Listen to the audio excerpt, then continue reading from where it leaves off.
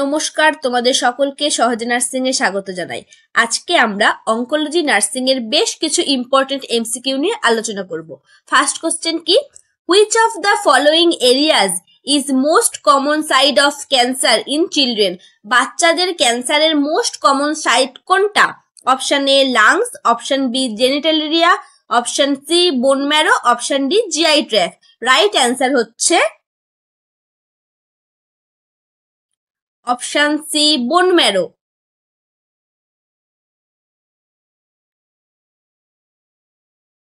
Most common cancer into children, 0 থেকে 14 বছর বয়সের বাচ্চাদের মোস্ট কমন ক্যান্সার কি? লিউকেমিয়া, মানে যেটা হচ্ছে ব্লাড ক্যান্সার বলা যায়। Leukaemia is a cancer of blood forming organ like bone marrow. তো এইটা বাচ্চাদের মোস্ট কমন, 34% বাচ্চাদের কিন্তু লিউকেমিয়া হয়ে থাকে। Next question, facility that provide palliative and supportive care for terminally ill patient and their family.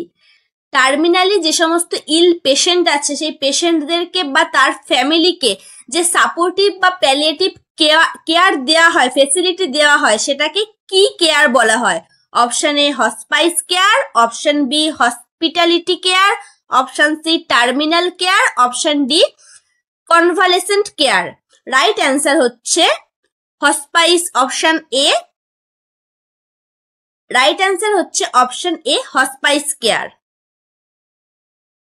হসপাইস care জিনিসটা কি? Hospice care is an interdisciplinary programme of palliative and supportive services that addresses the physical, spiritual, social and economic needs of terminally ill patient and their family.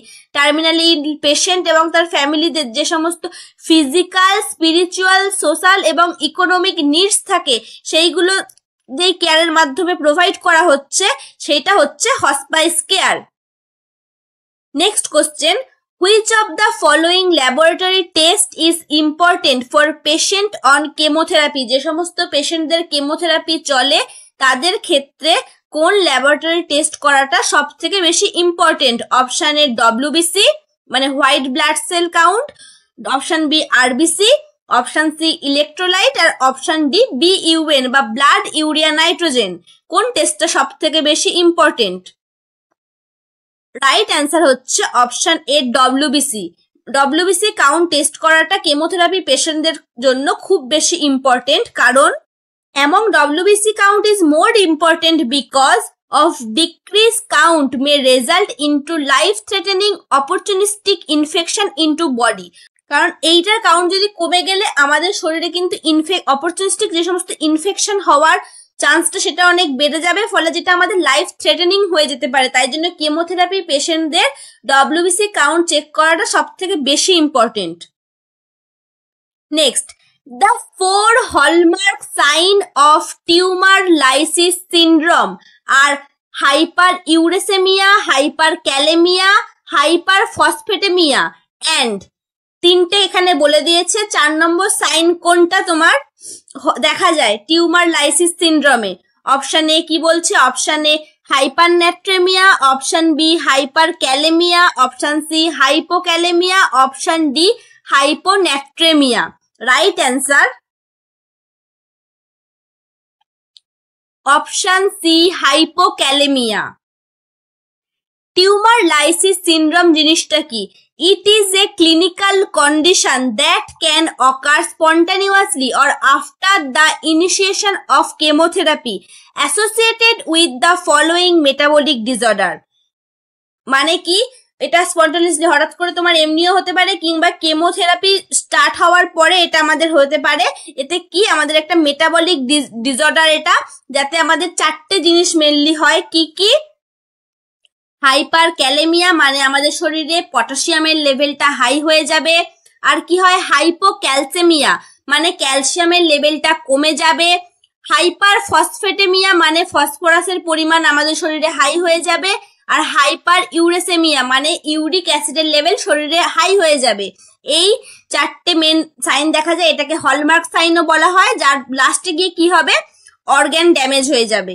তো এই হচ্ছে আমার tumour lysis syndrome. তো এখানে তোমার তিনটা অপশন দিয়ে একটা আমাদের চেয়েছিল, বাকি কোনটা, তো যে কোনো দিয়ে এটা কিন্তু আসতে পারে। Next question, which micro organism is associated with cervical cancer. এখানে যে অপশনগুলো দেওয়া আছে তার মধ্যে কোন মাইক্রো অর্গানিজমটা আমাদের সার্ভাইকাল ক্যান্সারের সাথে associated? Option A cytomegalovirus, option B pneumocystis carinii, option C HPV বা human papilloma virus, option D mycobacterium avium. Right answer হচ্ছে human papilloma virus, option C. Next, precancerous condition in case of carcinoma of oral cavity is known as. Oral ক্যাভিটির pre cancerous কন্ডিশনটাকে কি বলা হয়, আরেকটা কি নামে বলা হয়? Option A erythroplakia, option B hyperplasia, option C leukoplakia, option D hypertrophy. Right answer option C leukoplakia.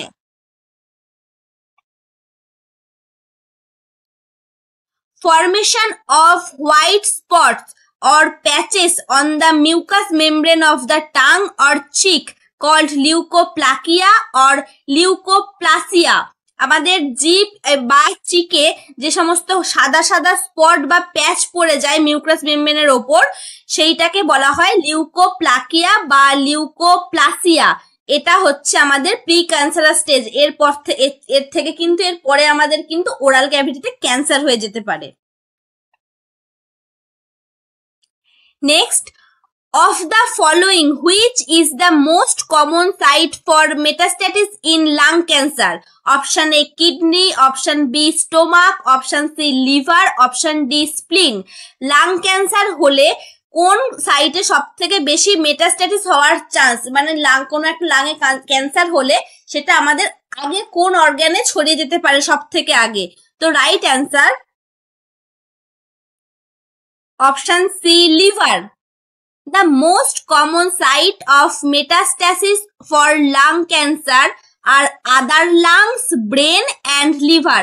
ধরো তোমার রাইট লাংসে যদি ক্যান্সার হয় তাহলে সেটা তোমার মেটাস্ট্যাটিস হওয়ার চান্স সব থেকে বেশি লেফট লাংস, মানে ধরো বাঁ দিকে হলে ডান দিকে বা ডান দিকে হলে তোমার বাঁ দিকের লাংসে, মানে যেই লাংসে তোমার ক্যান্সারটা হয়েছে সেইটা থেকে আরেকটা লাংসে তোমার ছড়িয়ে যেতে পারে সব থেকে বেশি, ব্রেনে, তারপরে হচ্ছে লিভারে। তো আমাদের অপশনে যেহেতু আদার লাংস বা ব্রেন ছিল না, তাই আমাদের অ্যান্সার হবে লিভার।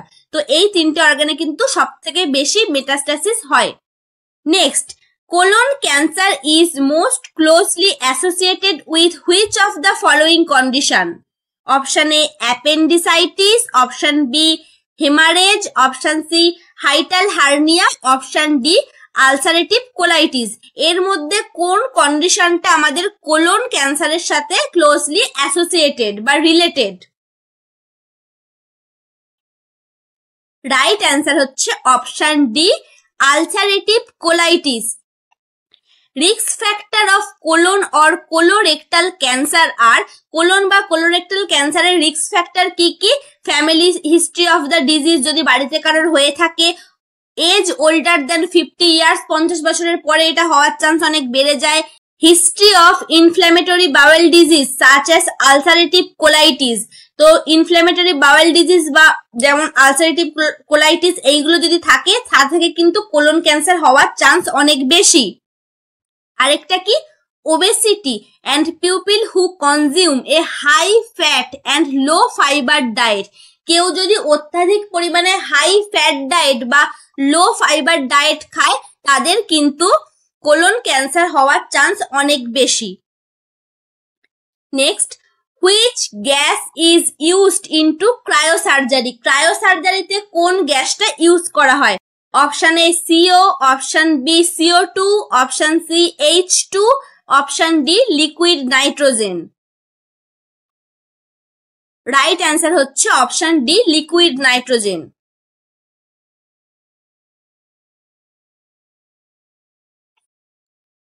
ক্রায়োসার্জারি জিনিসটা কি? Cryosurgery is use of extremely cold probe to destroy unwanted cancerous or infected tissue. আমাদের কোনো যদি আনওয়ান্টেড বা ক্যান্সারাস বা ইনফেক্টেড কোনো টিস্যু সেটাকে আমরা যদি ডিস্ট্রয় করতে চাই, একটা এক্সট্রিমলি কোল্ড প্রোব সেটা ঠেকিয়ে আমরা কি একটা অত্যধিক ঠান্ডা প্রোবটা যদি সেই জায়গাটা সেই টিস্যুটাতে আমরা টাচ করলে সেই জায়গাটা ডিস্ট্রয় হয়ে যায়, তো সেটা হচ্ছে ক্রায়োসার্জারি। এখানে কি ইউজ করা হয়? এক্সট্রিমলি কোল্ড প্রোবে লিকুইড নাইট্রোজেন, এর টেম্পারেচারটা কত হয়? -196 ডিগ্রি সেন্টিগ্রেড অথবা -321 ডিগ্রি ফারেনহাইট, এই টেম্পারেচার কিন্তু ইউজ করা হয়। Next, best nursing management to prevent lymph oedema after mastectomy surgery. Mastectomy surgery হওয়ার পর লিম্ফ ইডিমা হতে পারে, সেটা যাতে না হয় প্রিভেন্ট করার জন্য বেস্ট নার্সিং ম্যানেজমেন্ট কোনটা হবে? Option A, keep the affected side arm below cardiac. Affected সাইডের যে আর্মটা সেটা কি কার্ডিয়াক লেভেলের নিচে রাখা হবে? Option B, keep two pillow under affected side arm. যেই সাইডটা এফেক্টেড সেই আর্মের নিচে কি দুখানা পিলো দিয়ে হাতটা উঁচু করা হবে? Option C, keep the affected arm extended. Affected আর্মটাকে কি এক্সটেন্ডেড করতে হবে? নাকি option D, start IV infusion. IV infusion start করতে হবে।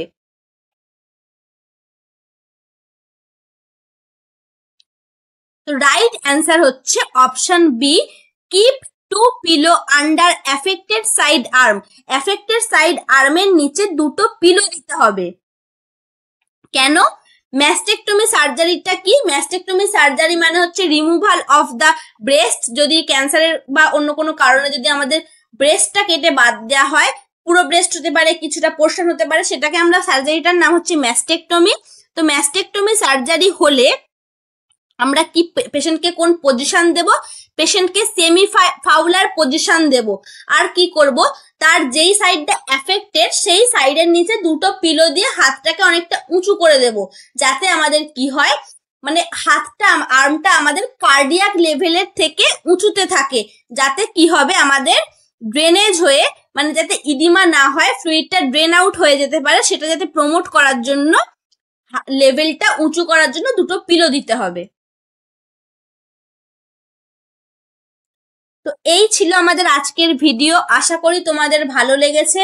এরকম আরো অনেক এমসিকিউ, অনেক ভিডিও পাওয়ার জন্য চ্যানেলটা অবশ্যই সাবস্ক্রাইব করে দাও আর লাইক দিয়ে দাও। Thank you.